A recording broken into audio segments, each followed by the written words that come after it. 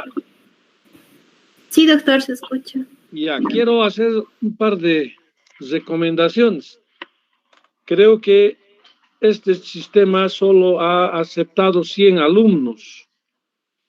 Entonces, lo que tenemos que hacer es mejorar para mañana, para que todos puedan ingresar. Y también tenemos algún otro tipo de problemas que vamos a ir solucionando a medida que pasen los días. Así que a los que no han entrado, por favor, yo les pido 1000 disculpas. Si lo apagas, no hay problema. Entonces, es la primera clase y si alguien quiere hablar, quiere preguntar,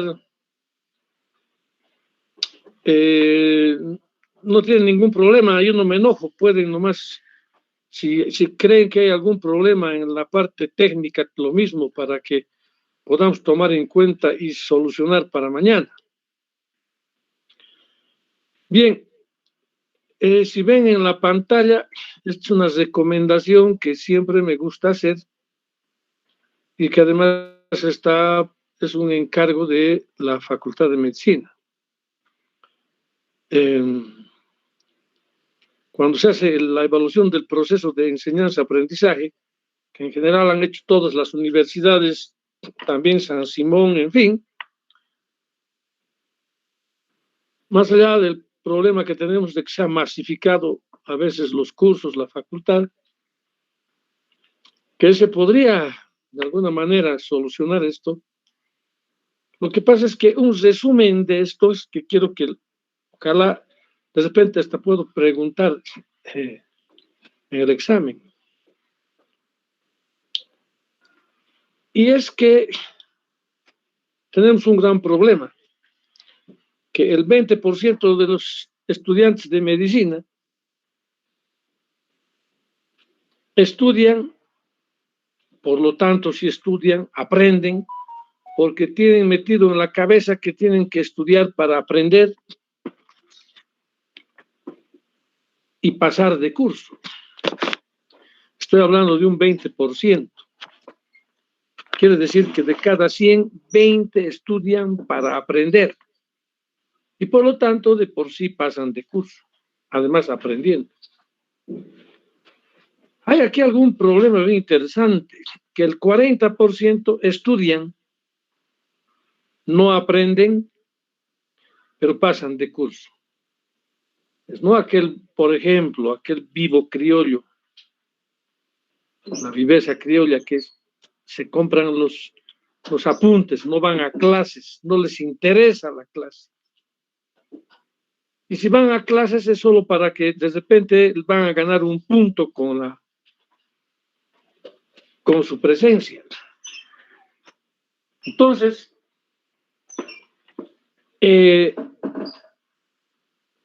estos muchachos estudian para pasar de curso, pero no aprenden. Hay un 40% que va peor todavía. No estudian, no aprenden, pero pasan de curso. Ustedes saben, están en octavo semestre, en cuarto año. Están en cuarto año y ustedes saben de quién se trata. Sus compañeros, a ver, mírense, recuerden, saben quién va a la facultad, solo va a prácticas, se copia del vecino, la enamora a la que sabe más. Esa es la viveza criolla, ¿no? Y con todo respeto a los que tienen pudor, digo el famoso pendejo. Hay en todo lado. Van a farrear y no ponen nada a la hora de pagar. Se comen todo el pique macho y ponen 2 pesos, ¿no? No hacen cola, se colan y lo mismo. Van al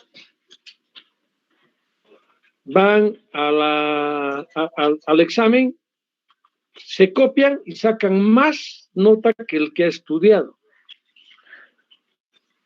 Entonces, ¿qué podemos hacer ante estas circunstancias? 2 cosas, hacernos el de la vista gorda, a mí que me importa, yo doy mi clase, vienen a la práctica, doy mi clase y cobro. Es una posibilidad. Pero la facultad pide que hagamos un poco de un ejercicio para que alguno tal vez pueda meditar y mejorar, especialmente a estos de aquí, que todavía tienen tiempo de recuperar el tiempo que han perdido. O sea, un poco este mensaje va a felicitarles a este 20% que estudian, aprenden y pasan de curso, y de repente pedirles a este 40% que estudian y no aprenden que por favor pongan un poco más de empeño para que cuando estudian traten de retener lo que están estudiando y así mejorar la situación. No sé, las autoridades dirán qué harán con este 40% que son un problema.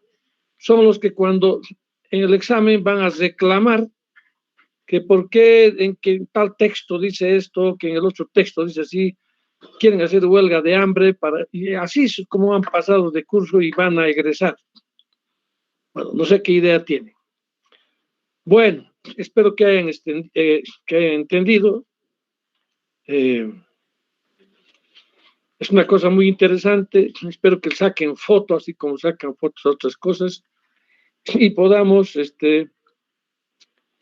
mejorar, que es una de los planes, uno de los objetivos que tiene la universidad.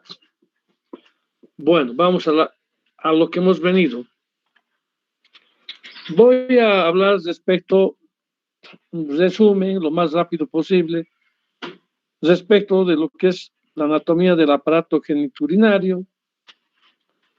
De repente recordarles que la urología es el estudio desde los riñones, los uréteres, la vejiga, en el hombre la próstata y los genitales externos.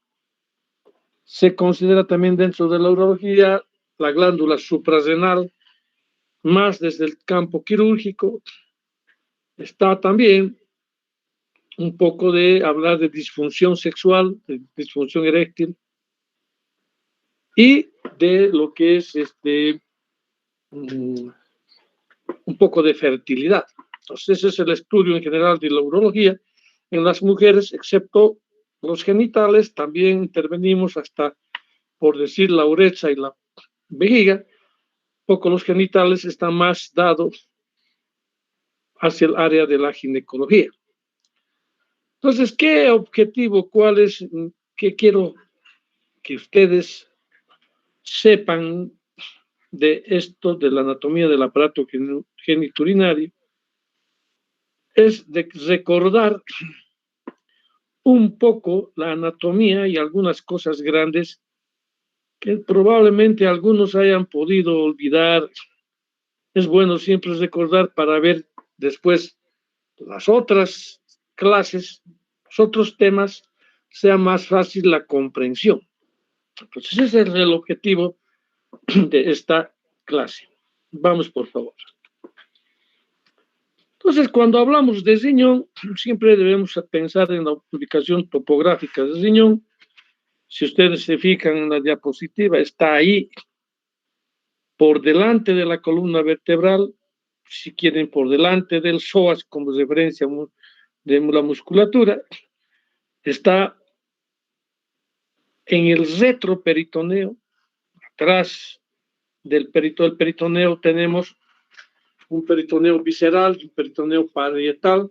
Este está por detrás del peritoneo parietal, en la región lumbar, y que más o menos su ubicación topográfica es ahí. Ya les voy a mostrar algún otro detalle. Puede estar por debajo de la última costilla o de las dos últimas costillas, que hay que tomar muy en cuenta eso, especialmente en temas de trauma. Aquí voy a decir a la doctora que quede un ratito para ver que a veces una costilla fracturada puede perforar el riñón.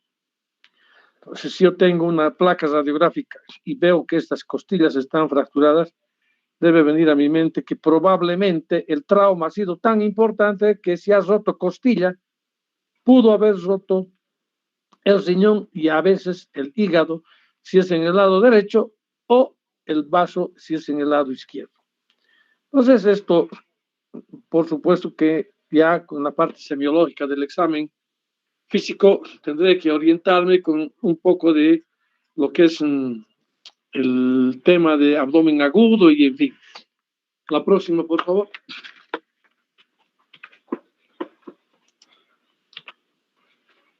Este es interesante para ver un poco la ubicación exacta de la topografía del riñón.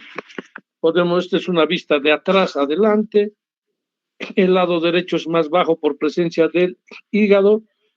Además, le separa del riñón lo que es el diafragma, 1 o 2 centímetros del músculo diafragmático. Está en estrecha relación, de repente, si se fijan ustedes, con el músculo psoas, el lado derecho. El músculo psoas en realidad más nos sirve para ver como referencia el retroperitoneo, no tiene otra función. Por ejemplo, diré nomás ya que una placa simple abdominopélvica, lo que buscamos para ver si el retroperitoneo está limpio son las sombras de los dos psoas. Si uno de ellos estuviera borrado, quiere decir que hay algún problema que está borrando este músculo psoas y que generalmente puede deberse a un absceso renal, perirenal o un absceso que viene de otra parte, puede ser del tórax o del abdomen, como por ejemplo una apendicitis y referencia cuando uno está en cirugía, también uno busca el psoas para un poco ver que sí estamos en el retroperitoneo y enseguida, fíjense estos trazos, esta línea de trazos, es donde deberíamos buscar la pelvis, el uréter, etc.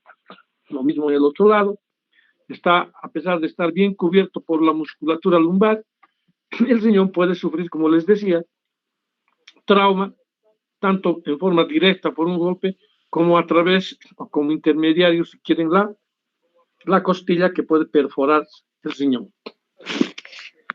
Bien, esto es interesante, estos dos nervios son el abdomen genital mayor, el abdomen genital menor, y esto es importante porque quiero recordarles que a veces un dolor cólico se irradia hasta genital, alguna vez ya lo han debido leer o escuchar, me duele la espalda y se va el dolor hacia genitales, que es por estos nervios que se va hacia genitales, abdomen genital mayor y menor, y que generalmente se presenta en temas obstructivos de la vía urinaria.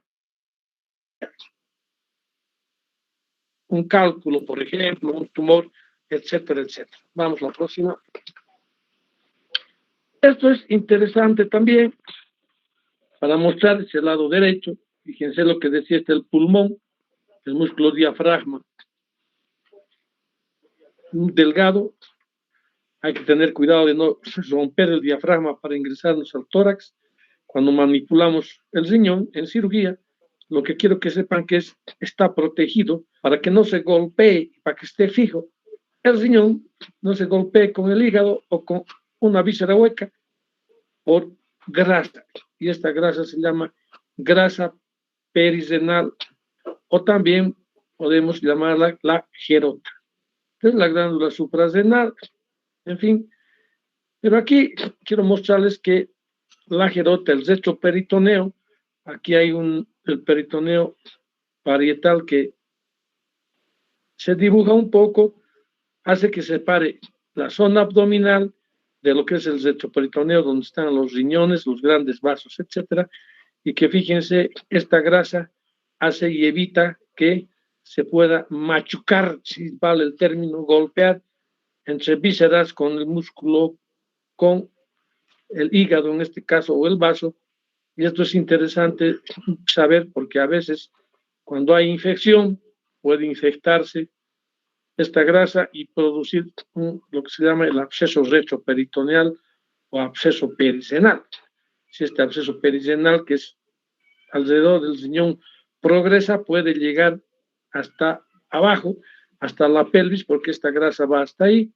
En fin, les decía que puede a veces aparecer por un problema infeccioso del pulmón, un problema infeccioso como la apendicitis retrocecal o una infección a partir de el útero, el ovario, etcétera, etcétera, que en otro momento vamos a ver más. Más o menos lo mismo, la suprarrenal, de repente no estoy hablando mucho, su relación con los grandes vasos y en fin. Tiene una cara anterior, posterior, entonces, de repente, más allá de eso, quiero mostrarles la suprarrenal, que el riñón mide una longitud de 12 centímetros por un ancho de 6 centímetros y un espesor o un grosor de 3 centímetros. ¿Para qué saber estas medidas? Algún rato, cuando estén en práctica hospitalaria, el radiólogo no nos va a dar informe, porque alguna vez he escuchado decir a los alumnos, yo para qué necesito saber esto, si el radiólogo me va a dar un informe con todo lo que está sucediendo ahí. Probablemente, pero esos alumnos quiere decir que no quieren estudiar, no les da la gana de ser buen médico. Debemos saber, porque dentro del hospital el radiólogo no te va a estar informando esas cosas. Entonces, si tú tienes en mente que vales, que el riñón mide 6, más bien 12 por 6 por 3, y cuando el ecografista te dice que es un riñón que mide 20, pues eso no es normal, ya te das cuenta, y de repente a partir de eso ya puedes pedir otro examen como una tomografía, una urografía excretora, etcétera, o buscar qué patología podrá hacer que el riñón tenga ese tamaño. Probablemente sea una hidronefrosis, una tumoración, etcétera. Entonces, esa es la necesidad.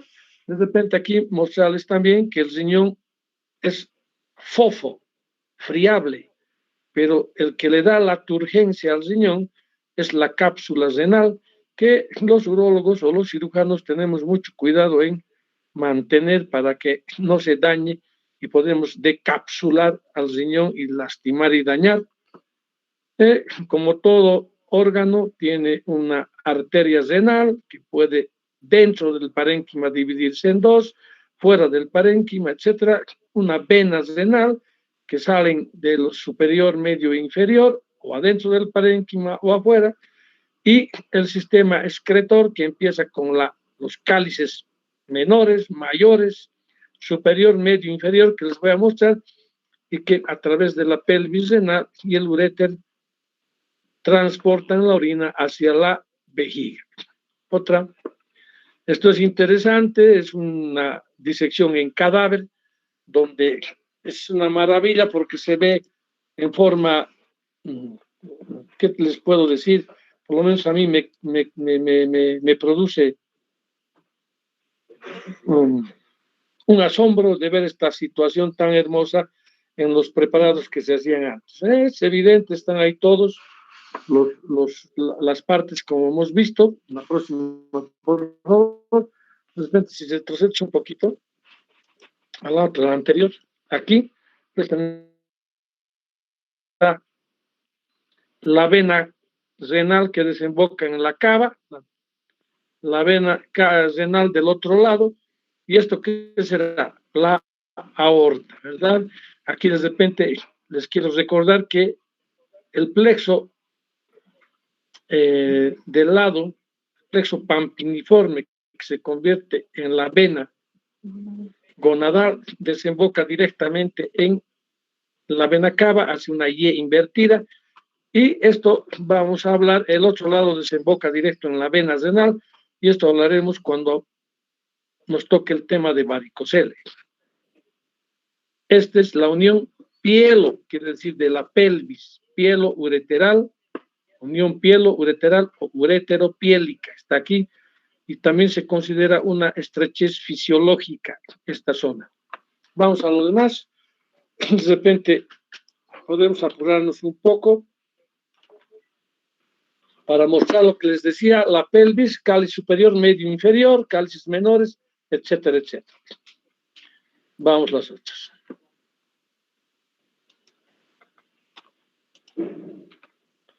Bien, la indicación, no voy a demorar, ya os digo, solo tenemos 1 hora, entonces quiero tratar de completar de forma con calma, quiero ir para que un poco me deje entender, pero tampoco voy a detenerme mucho. Hay una arteria derecha, izquierda, y que, ya les dije, afuera o adentro pueden dividirse en para superiores, medio inferior, que van hacia el polo, hacia la corteza, las corticales, en fin, una serie de segmentos que pueden ir, y también hablar que realmente lo que es la pelvis y el uréter superior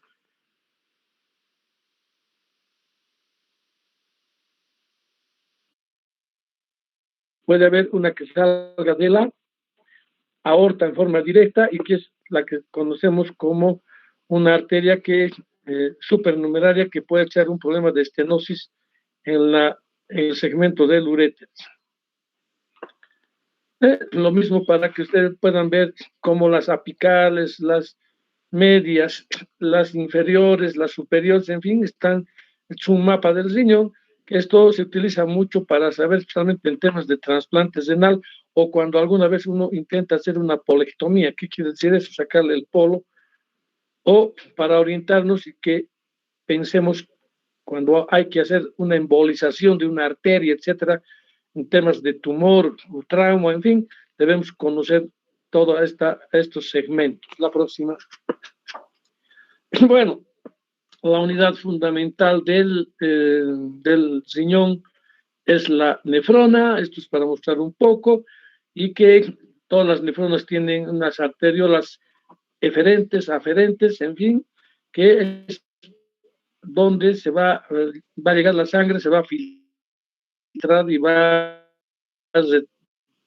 o sea, se va a regresar, digamos, al sistema, y que después esto, o generalmente ustedes ya lo han conocido o lo van a conocer en nefrología. Vamos, así.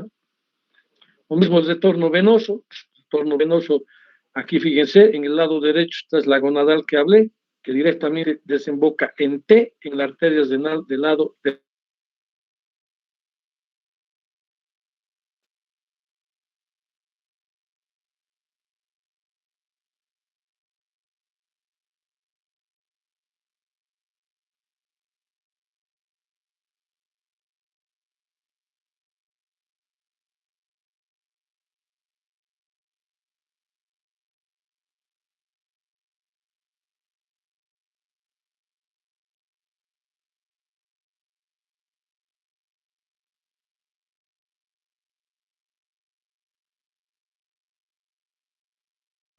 Doctor, no se escucha, perdón. Sí, doctor, no se escucha desde la anterior imagen. O bueno, desde la imagen del lado izquierdo.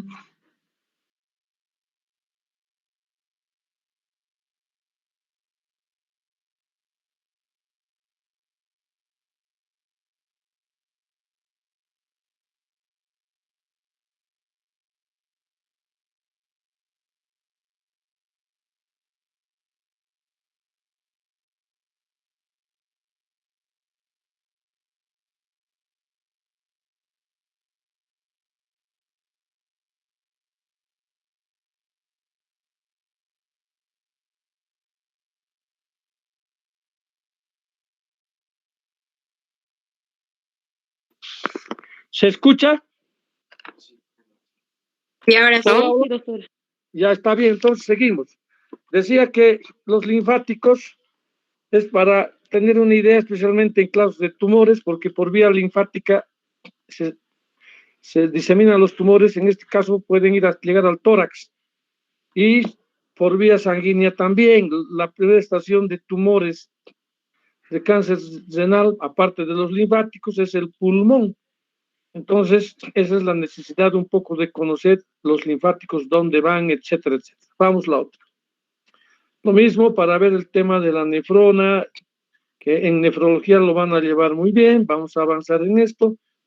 Y para recordarles otra vez lo que son los cálices menores, los cálices mayores, y a estas esquinitas que se llaman fornix, que todavía es útil en casos, nosotros tenemos tuberculosis, y en el mundo entero hay mucha tuberculosis en pleno siglo XXI. Entonces dicen que en primera instancia el bacilo de Koch amputa, lesiona por inflamación los fornix, y a veces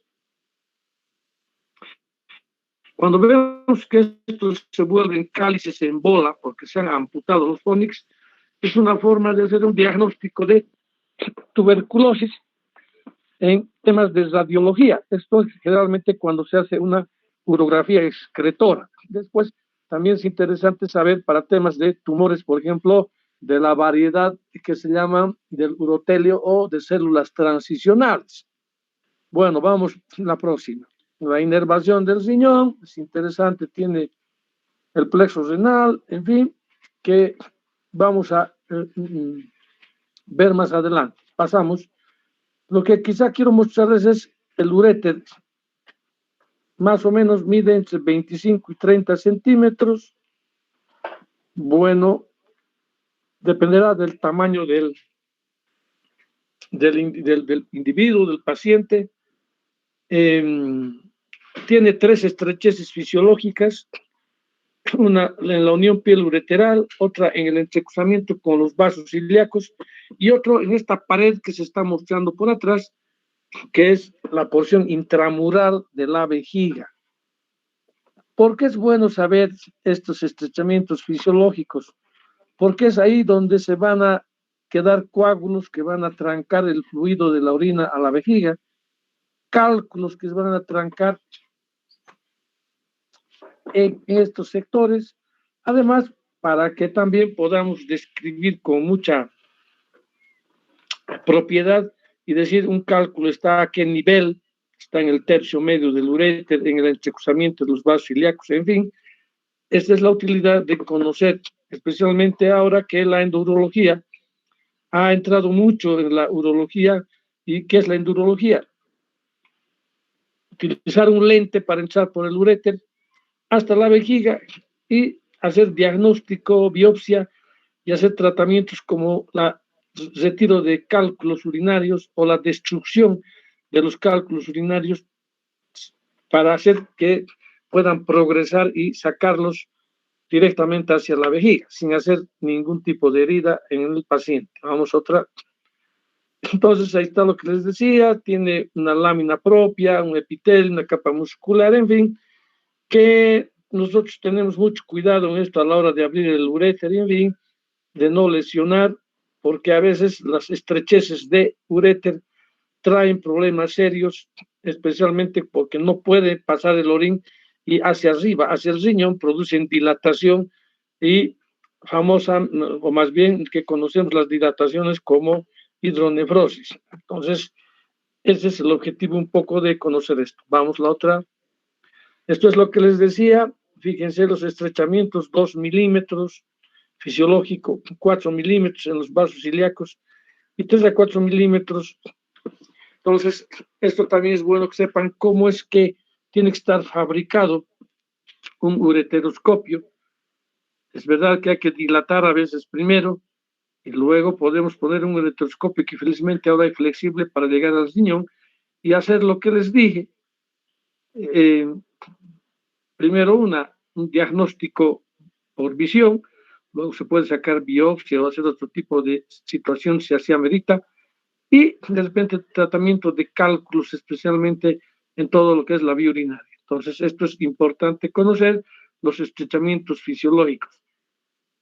A veces ya deja de ser un estrechamiento fisiológico cuando empieza a partir de aquí a aparecer hidronefrosis.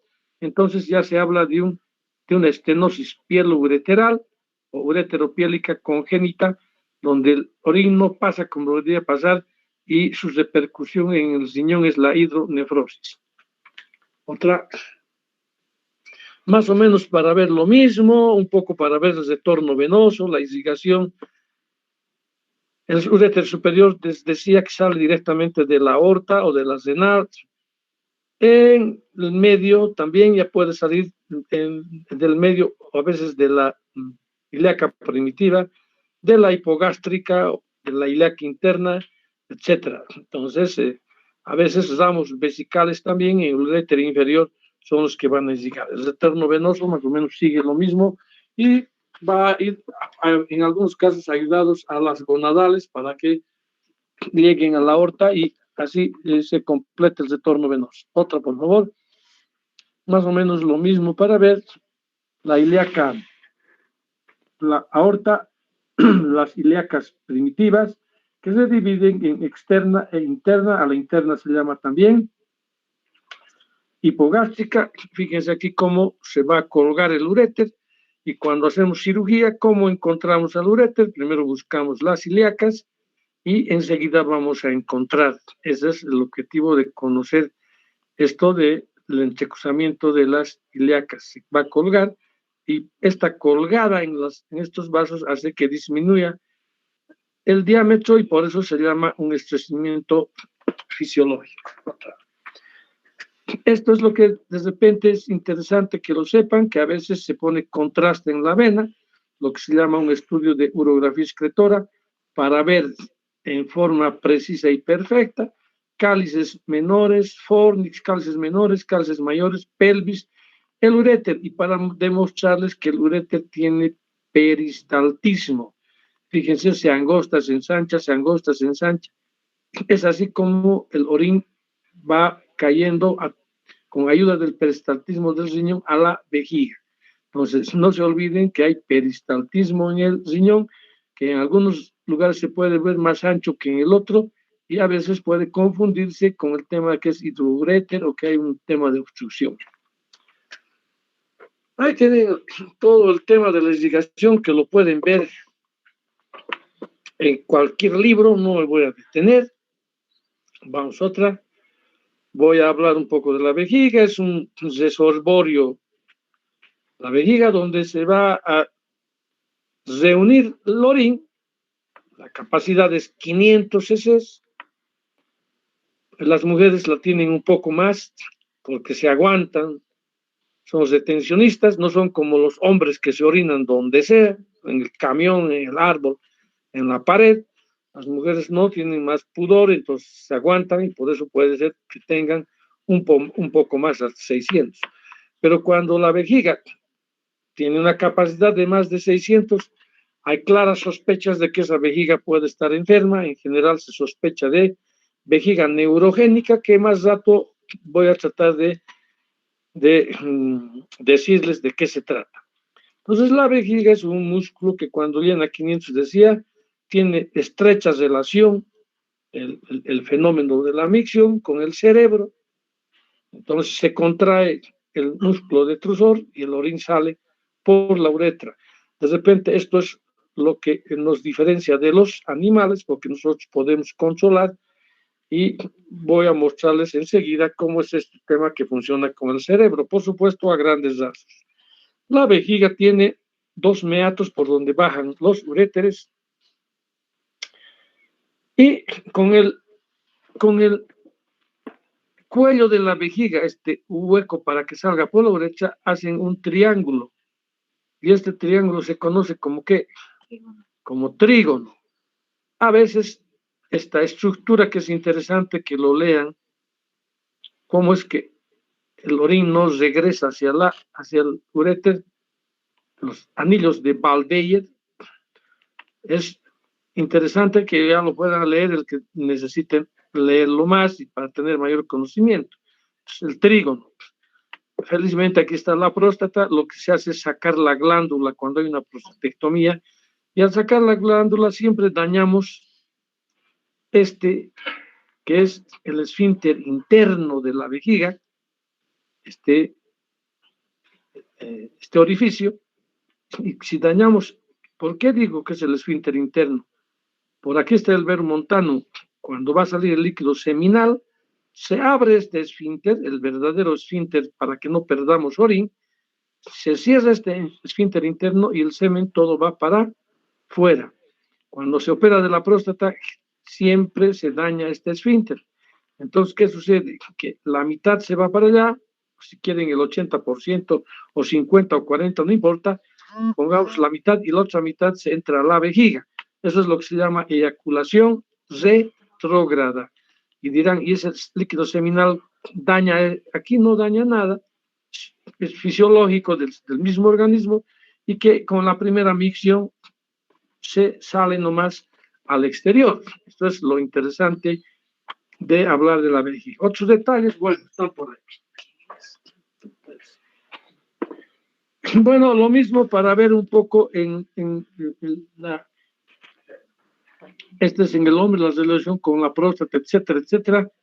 Aquí podemos ver cómo es de que la vesícula seminal está en relación, las vesículas seminales atrás de la vejiga, y la vesícula, aquí es donde se junta el líquido seminal. ¿Dónde se produce? En el testículo, los espermatozoides, que viajan y se quedan en la vesícula seminal. ¿Quién mantiene los espermatozoides? La próstata. Eso vamos a ver cuando veamos la función de la próstata. ¿Cómo es que mantiene a los espermatozoides? Produce zinc, produce una fructosa, que es un azúcar para que vivan los, y produce un moco especial, que es una glucoproteína de bajo peso molecular, etcétera, que ya veremos, para que vivan ahí los espermatozoides hasta que tú decidas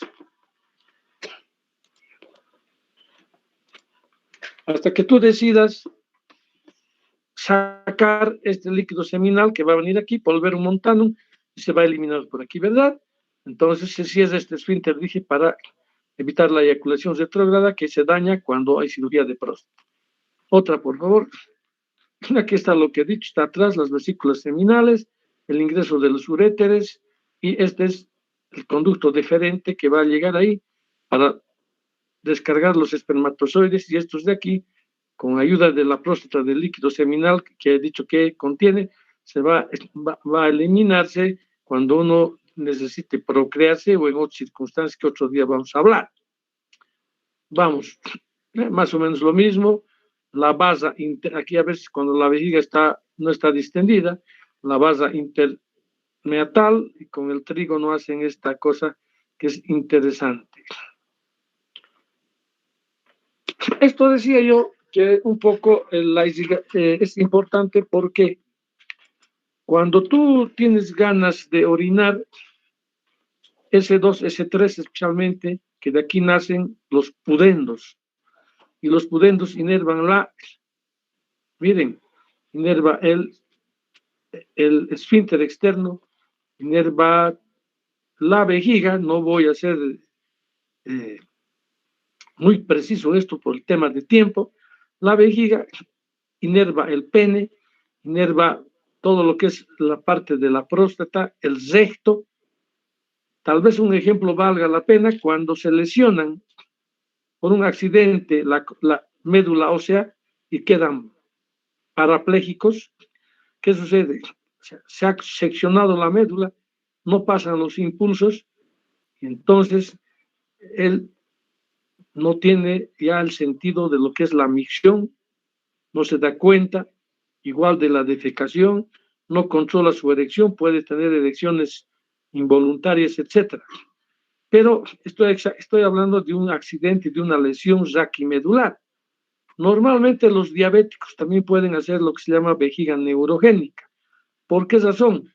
O los que han tenido accidente cerebrovascular, llámese hemorrágico o isquémico. ¿Qué sucede normalmente?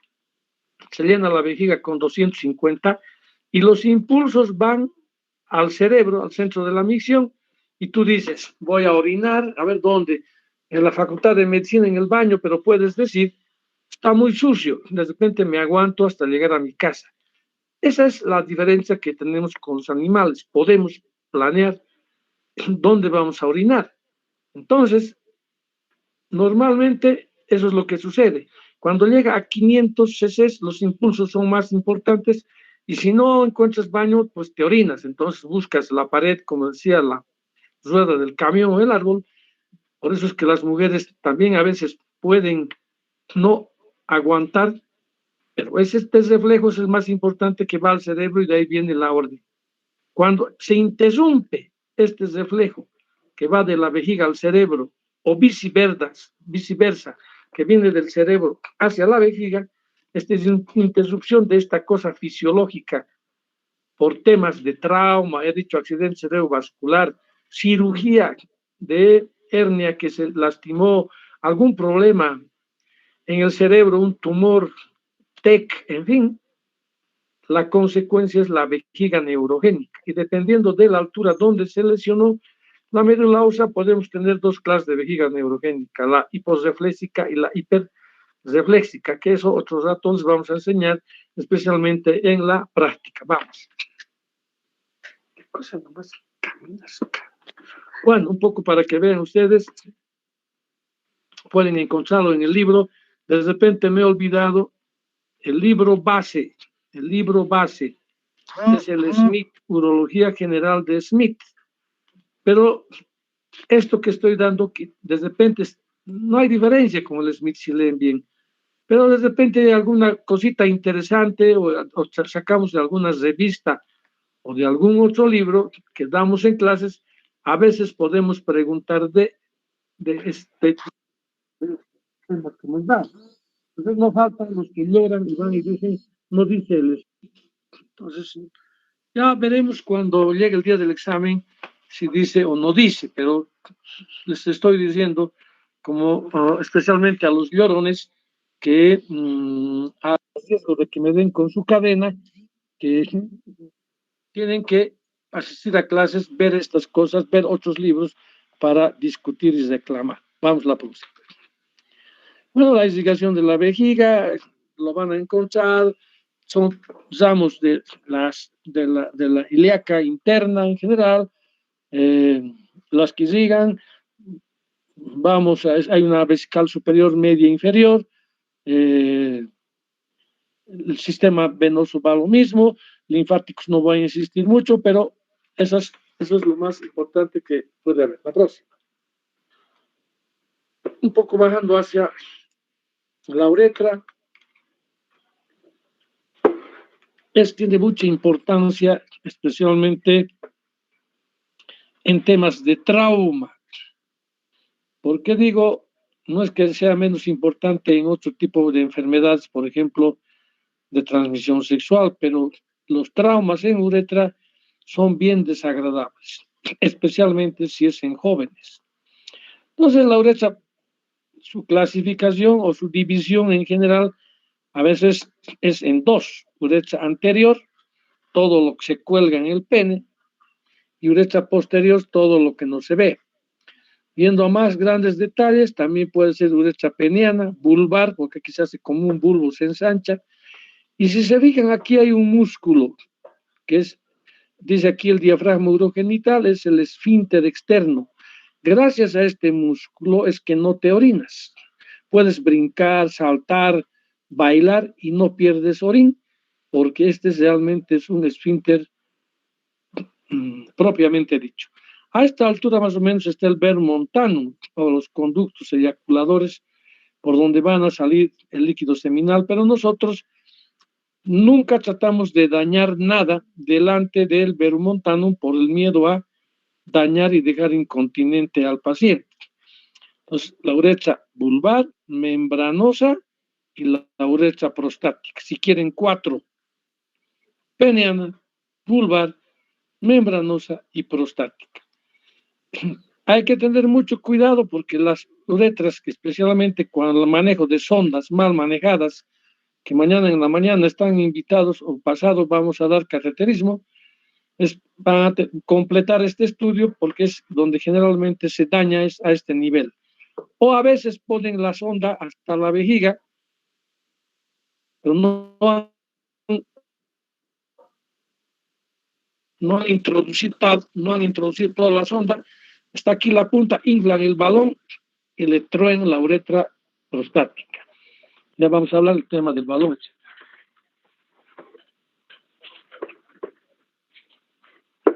No has despreciado, Andrés. Entonces, aquí para que vean la uretra, visto de otra parte, ¿la uretra qué es?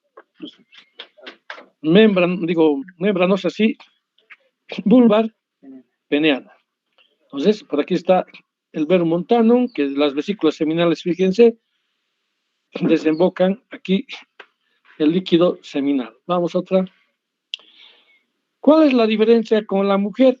La mujer tiene 2 o 3 centímetros de uretra y nada más, y de repente la diferencia es de que no tienen un esfínter propiamente dicho. Lo que tienen es aquí el famoso diafragma urogenital, que es un cincho producido por muchos músculos que hacen de esfínter.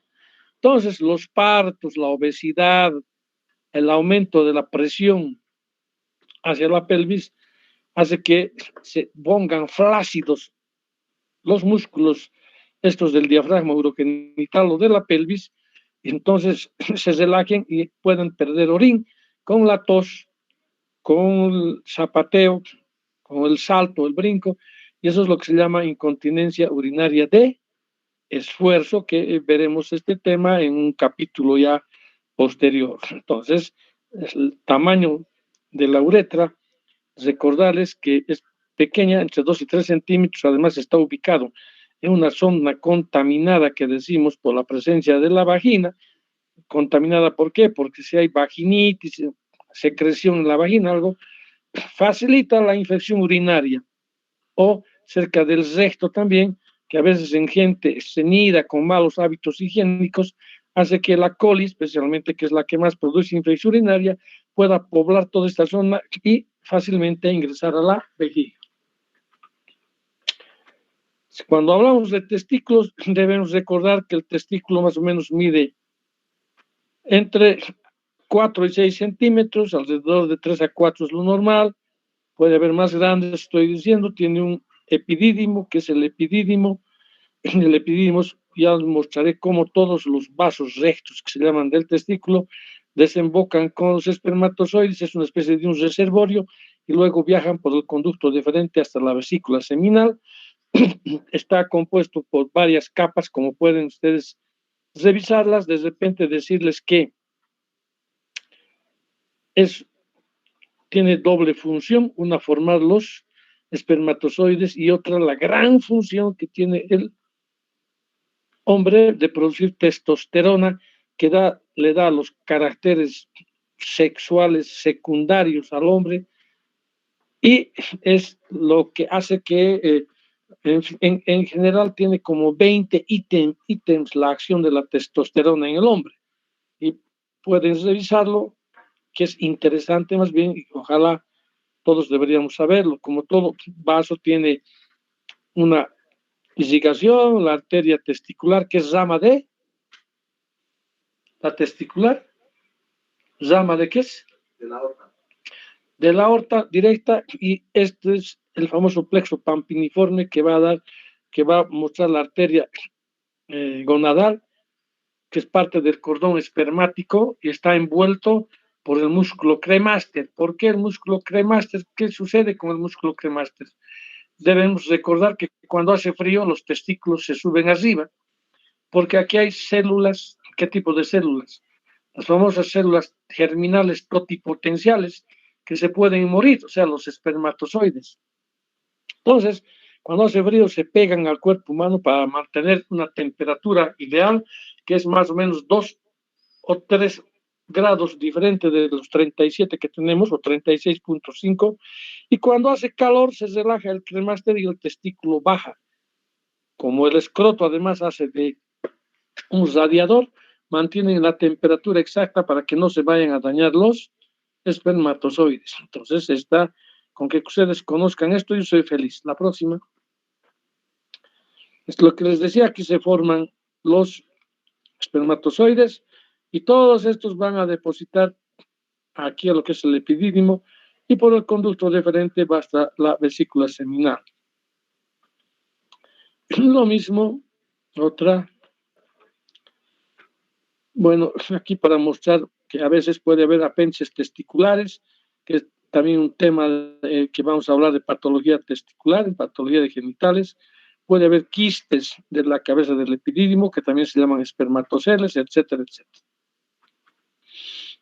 Están las capas del cordón espermático, la arteria testicular, los plexos venoso pampiniforme, el conducto deferente, y en fin, otro. La arteria espermática interna, del plexo pampiniforme es el retorno, los linfatos van a los ganglios ilíacos externos, en fin, que lo van a revisar ustedes en forma más importante. Las vesículas seminales, como he dicho, encima de la próstata, tras la vejiga. Su función es un reservorio de espermatozoides, que están estos espermatozoides, si quieren ustedes para que se entienda, alimentados por función de la próstata, que produce fructuosa, un montón de vitaminas y un moco denso de bajo peso molecular que se llama PSA, que lo vamos a recordar en cánceres de próstata y hiperplasia prostática, que mantiene a los espermatozoides y acompaña en ese viaje que tienen que hacer desde aquí hasta alcanzar uno de los tubos o tubo ovario para buscar el óvulo en casos de embarazo. Otra, bueno, aquí pueden leer cómo es el tema de la arteria, los linfáticos, en fin. Vamos otra.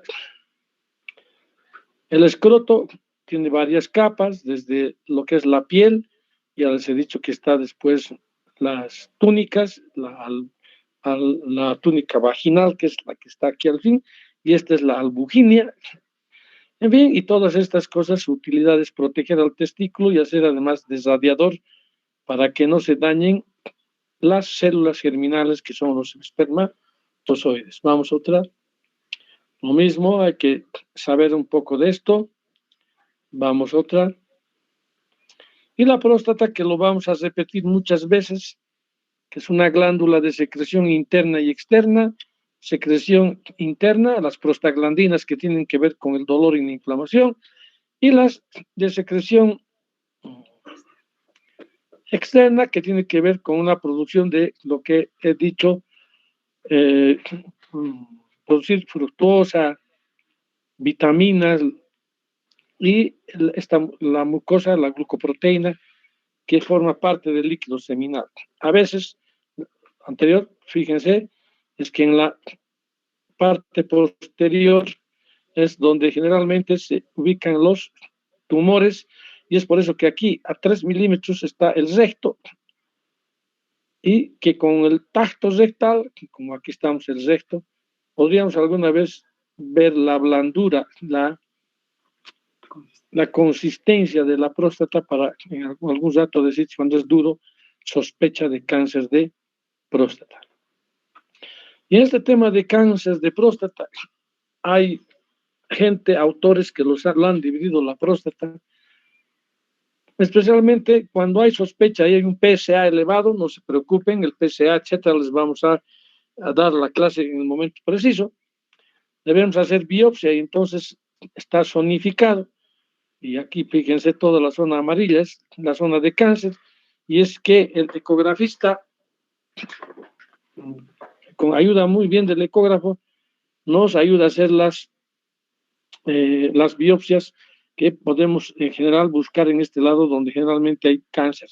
También podemos hacer de qué zona, se anota muy bien de qué zona se está sacando para que después podamos nosotros, una vez mandado al patólogo, nos vaya a decir o vaya el patólogo a ver más esta zona que sabemos por estudios que es la zona donde más aparece el cáncer. La próstata, de repente decir aquí que no tiene una irrigación propia, no hay así una arteria prostática. En algún texto dice prostática, pero para que se entienda, lo ideal sería que hubiera una arteria prostática donde nosotros podamos ligar y las cirugías de próstata nunca sangrarían. O sea, hay una hematuria después de la cirugía. Y es porque realmente son ramos solamente, ramos de la pudenda, de la vesical media y de la hemorroidal, que hacen este plexo periprostático, etcétera. y que nosotros lo único que vamos es a ligar un poco por ahí, no podemos ligarle la pudenda ni la hemorroidal media, podríamos necrosar el recto, otros lugares. Entonces, esto ya después, cuando hablemos de cirugía, vamos de repente a enseñarles mejor. Vamos por la otra.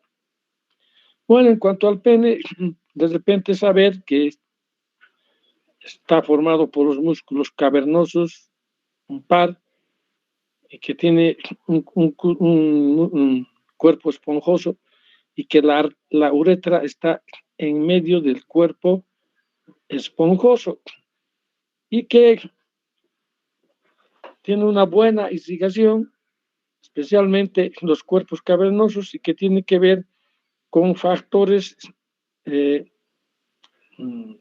sensitivos, especialmente visuales,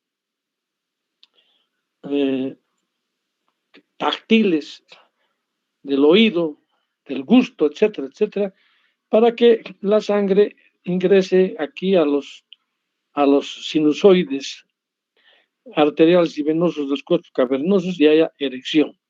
Entonces aquí ustedes pueden ver si alguien lo ha grabado, le ha sacado fotos, y en cualquier libro pueden ver y aprender lo mejor de lo que estoy diciendo yo. La próxima.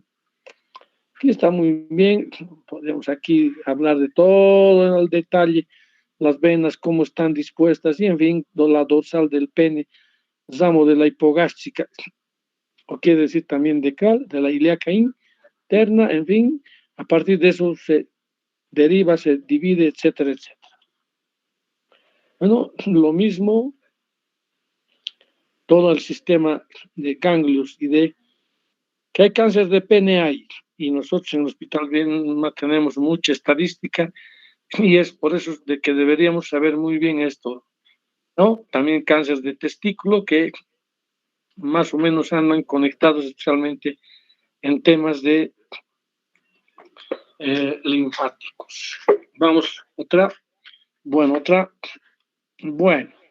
esto es la diapositiva final, creo que es terminado en punto. Otra vez quiero pedirles disculpas por temas técnicos. Si no han entrado todos, mañana ya vamos a mejorar. Mañana, de acuerdo al programa, va a dar el doctor Torrico un poco de, creo que es radiología y urología. Probablemente ya esté mejorado este tema de técnico para que ingresen todos, y en fin. Si alguien tiene alguna pregunta, por favor, háganlo. Doctor, buenas noches. Una consulta. ¿Qué tipo Dime. de cirugía recomienda para una que tenga menor riesgo para una hiperplasia prostática? ¿Qué tipo de cirugías recomiendo? Ya te contesto, a pesar que el tema era anatomía, pero bueno, de repente no he dicho. Se considera más o menos el tamaño de la próstata, más o menos hasta 20 y 30 como normal a los 50 años. Hay un crecimiento, en fin, de eso vamos a conversar cuando llegue la clase de la próstata. Entonces, la cirugía que yo voy a elegir tiene que ser a partir de qué tamaño tiene la próstata el paciente. Vamos a partir de dos grandes temas. Nosotros enseñamos aquí a los residentes y les decimos que la mejor cirugía, si un paciente no es cardiópata, no es diabético, no tiene factores de riesgo, no es obeso, y en fin, que la mejor cirugía lo que le conviene y es pequeña, menos de 50 gramos, lo que le conviene es una RTU de próstata, resección transuretral. Si tuvieras el paciente, estoy hablando de un paciente en buenas condiciones, que no es diabético, en fin, otros factores de riesgo, cardíaco, obeso, más de 50 gramos, 60, 70, 80, 100, 200, la cirugía abierta, hacerle una cirugía abierta. Convencional se llama, o retropúbica o transvesical, dependerá de la experiencia del urólogo. Esa es la base, por decir. Ahora bien, yo puedo, si tengo en el hospital y puedo utilizar el láser, Pues bien, si esto es grande la próstata, hay unos tiempos que hay que respetar, etcétera, puede utilizar el láser. O si es un paciente que tiene una próstata pequeña y tiene algunos problemas cardíacos, diabético, en fin, algunos problemas, puede utilizar la resección transurethral, pero también hay uno especial, con flujo, bueno, bipolar se llama, bipolar, que se utiliza suero fisiológico en esta operación, y el suero fisiológico no hace daño para nada. Entonces, yo partiría de eso, ver el estado general del paciente y en fin. Hay técnicas más modernas, en Cochabamba, no sé si tienen algunos hospitales, como el termocauterio, ¿qué? La termoablación, etcétera. Estoy con los residentes por si acaso que me corrigen. Entonces, si se tiene este tema, estos aparatos que son modernos y otros, hay un láser que puede hacer con lo que hacemos con el dedo, una especie de enuclear la próstata, lo vuelve morcilla y lo sacan en tiempos breves, se puede hacer. El problema es que no todas estas máquinas lo tenemos en Cochabamba. Pero si vamos por lo sencillo y dependiendo del paciente, yo o le hago RTU o le hago cirugía abierta. No sé si he respondido lo que has preguntado. Está bien, doctor, gracias. Otra pregunta. Doctor, disculpe, es la misma pregunta, pero era que si el paciente tiene, digamos, estaría afectando algo si el paciente tiene hidronefrosis. Claro, ¿por qué tiene hidronefrosis?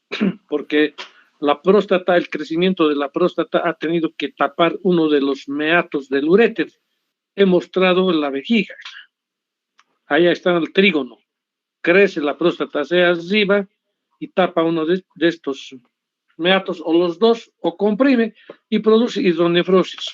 Entonces, cualquiera de estas cirugías también sirve. La cosa es que tiene que operarse. Al sacar la próstata, se evita la compresión y lo que está tapando, para que me entiendas, de los meatos, y la hidronefrosis va a desaparecer automáticamente, y más bien es el tratamiento de preferencia operar ese paciente.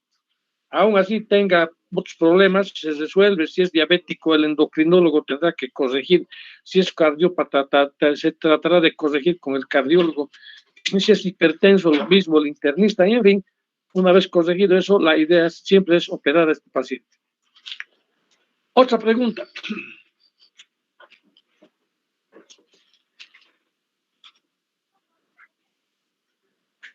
Aquí me están preguntando los residentes, la hidronefrosis lleva a falla renal. La hidronefrosis lleva a falla renal, por eso que rápidamente hay que operar. Otra pregunta, por favor.